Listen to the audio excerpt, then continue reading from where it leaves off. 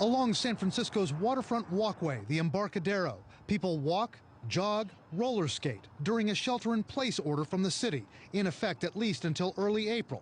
These folks were ordered stay at home, but there is an exception for what are deemed essential activities, and walking, hiking, and running are allowed if people stay 6 feet away from each other. We do need to be out and about, and I think the guidance that says go and do those things, but to keep your distance, I think that's very prudent because we have to stay true to who we are.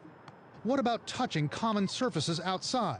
We observe people playing volleyball in D.C. They're all touching the same surface. If anyone has coughed or sneezed, it's possible that they are transmitting to each other's hands. But experts say that risk could be lowered if they wipe the ball with sanitizing wipes and wash hands after they play. In Florida, beautiful weather still drawing crowds to some beaches that remain open, with people in close proximity to each other. Not concerned about health? No.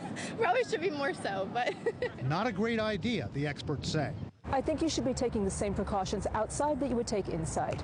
The recommendation is 6 feet away, smaller groups of people, not mixing large groups of people in close proximity where they could cough on each other. Getting some fresh air and getting some exercise can help everyone keep it together in crisis. But health authorities plead keep your distance and avoid larger groups. Young people especially may be tempted to go out.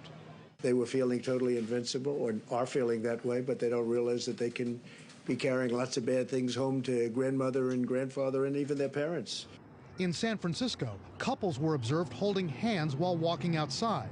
Is that a good idea? If you live with someone, you're sharing a household, you're in close proximity to them, and neither of you are symptomatic, then holding hands with that person that you're exposed to all the time is a low-risk activity.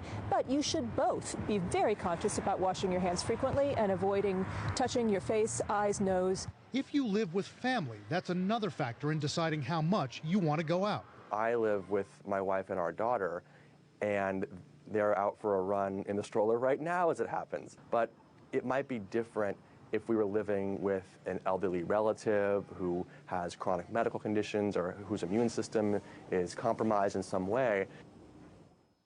Health experts say that in some cases, being inside for a long period of time could make an otherwise healthy or symptom-free person maybe susceptible to illness. They say you don't get the kind of vitamin D that you would get that our body creates when we're exposed to sunlight. And if you're cooped up or isolated inside for a long period of time and you develop at least a bit of depression, well, that could actually compromise your immune functions.